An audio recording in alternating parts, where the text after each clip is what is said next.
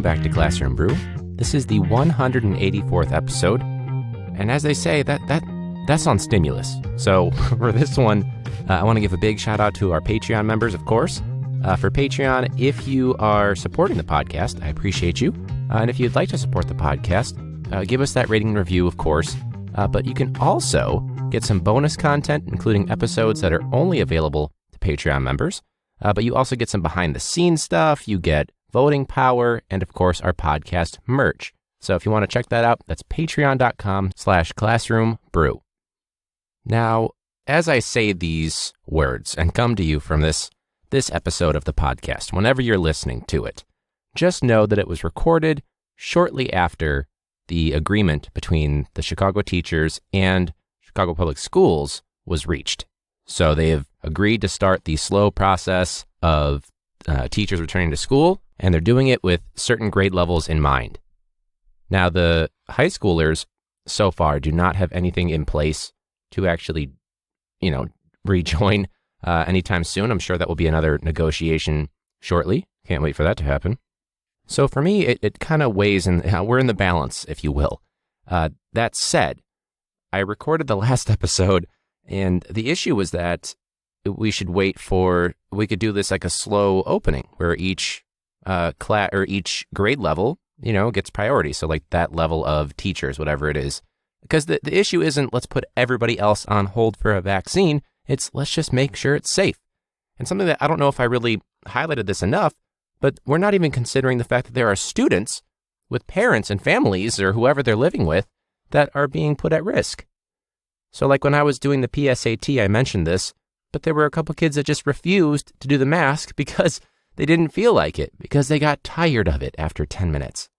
So that combined with the fact that there are even some staff members that don't believe that you should be wearing a mask, it's a huge issue. And so I say all of this because in the news this past week, I've noticed that there's a trend in stories when it comes to the reopening. And it doesn't matter what state you live in or city, whatever the case is, it's going to be the same wherever you are, because here's how it goes. Students are reporting that online school is really hard for them, and parents are really tired. Then they cut to some kid being like, it's really hard, and I can't learn from my teacher. Then it cuts to some other kid, my internet's not as good. Then another kid cuts in just like, I don't learn this way. Like, we get it. But then it cuts to some parents being like, they literally picture them just basically as a news corporation, whatever. They're just shoving a mic in a kid's face being like, do you like online school or no? Do you miss your friends? Tell us about it. And then the best they get from the kid, they're kids. They shouldn't have to be on. They're not expecting someone to shove a microphone in their face, but they go, yeah, it was really hard. And they move on. And the news company's like, we did it today, guys. We've reached our peak. We got the content we really needed out of that quote. Riveting stuff. They always cut back to the news person afterwards too, and they're like, yeah, inspiring words, Like, you weren't even listening. How is that inspiring? But the one guy that I mentioned maybe a couple weeks ago who lives in like San Francisco or something, saying like, well, we could just do school outside. This isn't rocket science. I live in Chicago, motherfucker. What's wrong with you? And that is on stimulus. That also brings up the fact that I am lucky enough that I got my first dose, and some of you guys may have seen that on my Instagram story. I got a lot of people that were giving shout outs and things like that. So thank you. I don't think I deserve it because I didn't do anything. I just showed up. But everyone was very nice, and I did wake up very sore, but I'm happy to be sore because not everyone has access to the vaccine. State of Illinois is trying to provide more and more opportunities. It looks like the current administration is trying to provide more and more opportunities. So this is not me at all complaining anyway. I thought it was funny that when I was there, everyone was so nice and they were thanking me for being there, the person that was benefiting from being there, and the first responders and I don't even know if they were nurses or nurse practitioners or whatever, but they're all thanking me. Or when we had to wait at the end, you have to wait about 15 minutes, for some people 30 minutes once you're done getting the vaccine, just to make sure you don't die or something or grow an arm in 2 seconds. And when it was finally my time was over, I thanked everybody, and they even offered me water and free hand sanitizer. And they're thanking me. And I'm like, no, thank you for giving me this opportunity. Like, everyone was so friendly and so nice. And I didn't realize why it felt so odd. I feel like I should be thanking them more and more and more. I couldn't get enough thanks out there, and I didn't understand why I was being thanked. And it wasn't until Rayanna actually pointed this out, saying, oh, it was weird feeling appreciated? Yeah, that's a sign that you're a teacher. So that's truly, I figured out that's exactly what it is. I'm just not used to it. And it was nice. It really was. It wasn't necessary, but I get it. I'm not sure if it was just because there are people that are refusing to do it and they're putting first responders at risk. And so if there's someone that's willing to go, it makes some sense. But it was an interesting moment, which is funny because you wouldn't know it. There are people out there that actually appreciate teachers. That's assuming they knew I was a teacher, I should say. I love and extended weekends. Those are always fun too. So it's a good opportunity for us to jump into our comment hero of the week. Welcome to the comment hero of the week. When someone's being an ass in the comment section, but they have no idea what the fuck they're talking about. What's going on is you failed fucking social studies. Or when you see someone call that person out, they are our comment hero of the week. Yeah! Even though some heroes do call out those idiots, remember, don't call out a comment hero in the comment section. You can't fix them, and you can't fix stupid. So we actually have a few different ones, and I have Lish to thank for this one because she sent an article. This is an article from the Star Tribune. So I'm assuming that's a Minneapolis thing because it says, court orders Minneapolis district to accept teachers' work from home requests. And the comment heroes, Lish said, just take your pick.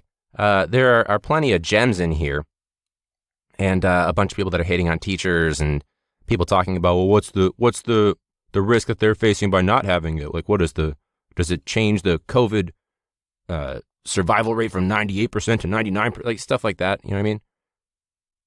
But the one that Lish really pointed out was this guy, Glenn Y. And I don't know if Glenn Y is his real name, but he says, keep in mind, those stores' employees have been required to show up to work to get paid. They have been exposed to thousands of different people daily, not a controlled group of 30-plus students. Also, they can pay for their property taxes, of which over half goes to the schools where these chicken shit teachers who refuse to show up. But we see these teachers at Cub, Target, Walmart, Menard, Costco, Sam's, Home Depot, one word, regularly. If they think they are virtuous by using Amazon, there are thousands in the supply chain that have to show up to get paid and service these pigs. So it sounds like we're pigs. Glenn has some unresolved issues. I'm not sure if he's an incel, but let's check in real quick. Was it Glenn something with a Y? If you want, you can roast this guy. If you somehow figure out who I'm talking about, let me pull up Glenn. Well, first off, Glenn's profile picture is OJ with mittens on in place of the glove. So I already know that Glenn isn't confident enough or brave enough to put himself out there. This is for sure a fake thing. And for sure, he's got some stuff about, he's part of a Facebook group called Obamacare Failed. Interesting. He's got some YouTube thing about students that hate Kamala. He's got a huge crush on the former First Lady, Melania Trump, and he's making fun of people that define their pronouns, saying motorcyclist who identifies as bicyclist sets the cycling world record. Oops! Now, I don't want to, put any labels on anything, but anyone that's sharing ads from MyPillow, that's a big red flag. He's not going to sleep with you, the MyPillow guy. Now, I take it, this is probably someone that's also homophobic if they're clearly transphobic. And he posts videos from Donald Trump Jr. My God. Okay, so let's break it down. So we're the fat pigs. We haven't been showing up. And yet, as most of you know, most of you guys that are listening, by the way, are teachers. and are either working from home, and we're talking close to what feels like 24/7, pretty close to it, at least 16-hour days, or you're working hybrid, meaning you're doing both. You're teaching kids in the classroom with all these different stipulations, and you're doing it online, or you're 100% in person, in which case your anxiety should be, or probably is, through the roof all day, every day. So, guys like Glenn or Mike M saying enough of the BS, get back to work, you clearly don't know that we're working. I feel like I'm a broken record at this point by saying, look, man, we don't want to do this either. And if you don't realize that by now, when you jump in the comment section, then maybe you truly earned that 59.5 that your teacher rounded up for you to a D in all of your English or rhetoric classes, whatever. I'm assuming you graduated from some place in the South where they were teaching things related to the Confederate flag means state rights. It has nothing to do with the clearly racist intentions of the people that wave it and fly it. By the way, why do they still sell it? Doesn't that seem like a really easy solution? Like, let's get rid of the Confederate flag and all it stands for. Let's just not let people sell it anymore. Like, they can go to their army surplus from the Civil War places or whatever to get it, along with their other supplies. I'd imagine they like to get canned beans from that era as well, because there's no microchips in that for sure, I bet, probably. Who knows? I guess that was two, kind of, when you think about it. But another article that I saw here, let me pull up the original post, and this is related to CPS. So not to make it too Chicago-centric, but this is from WBEZ saying, while teens could be in person before the year is up, it's a more complicated process, blah, blah, blah, blah. But the article is, as younger CPS students return to school, some high school families say, what about us? Now, it seems like a fair question. I mean, in theory, some of these parents are thinking, oh, in person is better, but they don't know the whole half of it. And so basically it's just an article, talking about the obvious concerns of parents that don't have some sort of a timeline for when their high schooler could be returning to the classroom. And I will point out that Gina S. is being a true, like the non-asshole version, pointing out all the hundreds of cases in different school districts. And there are other people that are pointing out the fact that you can't compare Chicago public schools to the suburbs, and all good things. And people that are pointing out that it's not over yet. This isn't just like, we made it. It's a new year. We made it. We're all good now. But I want to point out this guy, David B., who is a man of few words. 5, to be in fact, saying, I'm going to count just in case during this, the CTU, 2 words, is hurting kids. And now Rebecca decided to reply, you misspelled CPS. So let's pull up Dave Blatt. Now, Dave Blatt, not to, get too superficial, but he looks like the back of a pruned thumb. So let's go into some of his posts here. Oh, there's only 2. It looks like it's real. He just has really good privacy settings, probably for this reason. He doesn't have anything. Oh, that's so disappointing. Nobody really even called him out here. But Dave, my guy, did you realize all the things that the teachers were picketing for and fighting for? Again, I don't want to be a broken record just talking about this. As a matter of fact, when we get to some more Comment Hero stuff, I'd like to talk about some more ESL-related stuff and all that. So for this one, I really want to give a shout out to like Michael G. and who was the other one? Kristen T. People that are pointing out, like, you do realize there's a pandemic going on now, right? Someone said Ebola. That's not really. But there are also people that were jumping in saying, you know what? My kid's in high school or my kid's in elementary school and they're staying home. We're going to play it safe. It's not an ideal situation, but we're going to hunker down and fucking deal with it. Okay? And that is On Stimulus. Should that be the episode title? On Stimulus? I'll let Matt decide that one. So that's where I'm at right now. I'm getting kind of fed up with it. Now, a couple weeks ago, or maybe it was last week, I'm sorry. Last week, I had an activity in mind, and I didn't get to it because we were already at like about 30 minutes, and I really liked the energy of that episode. Now, if you have listened to the podcast before, you may know that every so often we do little Buzzfeed quizzes related to teaching, and most of the time, they're made by non-teachers. So this one is titled, If You Were a Teacher, Which Grade Would You Teach? Now, just to recap, I teach high school. So there's just a few questions. It looks like there's a little slide bar on saying if you hate it or enjoy it. So the first one is, how do you feel about math? I actually liked it. I'm going to go somewhere in between enjoy it and it's okay in the center there. How do you feel about earth science? Well, I believe in climate change, so I'm going to say I enjoy it. It's closer to that side of the thing. How do you feel about reading? I do enjoy that. It's all the way to the right. How do you feel about art? So they're asking me subjects, but they're going to figure out my grade level. It's okay. We'll stick there. A little to the right, I guess. World history, enjoy it. PE, enjoy it. Chemistry, sure. How do you feel about writing? It's somewhere in the middle. Oh, and that's it. Those are the only questions. What if you hate it or enjoy it? So if this is high school and you said you hate writing, so if you said you hate writing, does that mean that you're automatically going to teach high school because those kids hate writing too? Let's see what I got. Oh, shit. Says if you were a teacher, you would teach 10th grade, and that's pretty much what I mostly teach. So I guess I'm in the right space. What would happen if I were to switch my answers? I feel kind of predictable that I am like a walking, I'm the epitome of a high school social studies teacher. I do sports and stuff too. I bet you some people hear that and they're like, oh, he only does sports. But let's just see what happens here. If I switch all my answers, so math, hate it. Earth science, hate it. Reading, hate it. I said I like everything. Does that just mean that you're supposed to be world history, hate it? We'll do PE, enjoy it. I'll keep that the same. Chemistry, somewhere in between hate it and dislike it. How do you feel about writing? Dislike it. I'm done. The answer I get is first grade. So if you hate everything, you should teach first grade according to this Buzzfeed thing. So do you see what I mean by these Buzzfeed quizzes? And they're good entertainment value stuff. Obviously, they're good for entertainment value, but the actual content of it, or the lack thereof, I guess, it's very telling about who's actually making these things. So I'm going to be, hopefully by the time the episode airs, I'll have way less stress in my life because the district loves to make us reset our passwords every 1 to 2 weeks. Not really, but something like that.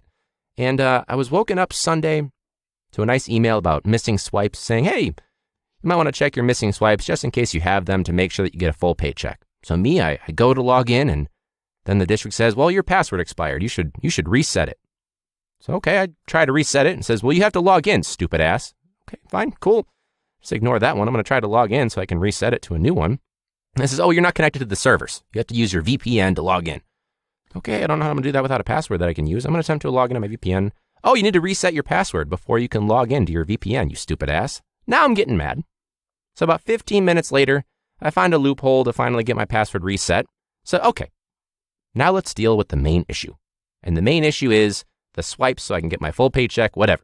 We're doing telework, so I'm not physically swiping in, I'm just doing it digitally. It says, oh, that's not your password. Huh, okay. I'm going to double check it. I mean, I know it's my new password, but I'm going to double check because I make mistakes sometimes. Maybe I typed too fast. I'm going to slow it down a little bit. So I attempt a second time. It says, oh, try again one more time. I go, I'm going to wait a little bit just in case. And I attempted a third time about 20 minutes later. And it says, you attempted it too many times incorrectly within a 45-minute span. So now, you stupid ass, you're locked out of your account. You should contact your admin to fix it, and maybe they'll get back to you in 4 to 6 weeks. Enjoy your half paycheck. So that's how my Sunday went. And granted, I think my stuff's all good. I already contacted people. But it's another issue where here's the main reason why I was mad. I had to resolve it right then and there, or soon, hopefully. And because of my password being locked out of everything except for Google, I couldn't get to IT services. And we all know that when I try to call them, they hang up on me because they don't like me. So I guess I got kind of screwed there. So hopefully that's fixed. And I say all of that, and I guess you could say that is also on stimulus. But I say all of that because, it's yet again where the district is inconveniencing. And we're just trying to do our damn jobs and call it a week, get paid for the work that we're doing, even though everyone claims we're not doing it, whatever it is, and be safe while doing it. That's all we're trying to do. So anyway, thank you guys for listening to this episode. If you haven't rated and reviewed us yet, please make sure you do that. Hopefully you were drinking along with this one, as long as it wasn't during work or during a poor time. But if you drive to work and commute and listen, hopefully you weren't listening then. But get some rum next time for the next episode. check out that Patreon for that bonus and exclusive content that you can only see on Patreon. It's patreon.com/classroombrew, especially if you're trying to get some merch. I pack the merch by myself so that you guys can get it. Sometimes I include a little note, so it's going to for sure get there. It's not some warehouse. It's just me. So again, patreon.com/classroombrew. If you haven't checked out any of the previous episodes, 183 was a huge energy episode, but also 182 with Alex. Go check out First Gen Teacher Lens. That's for sure a good one. Devin Siebold and Crying in My Car, a podcast for teachers. Huge recommendation there. And of course, Social Studies with Joe Dombrowski. So thanks so much for listening. And until next week, class dismissed.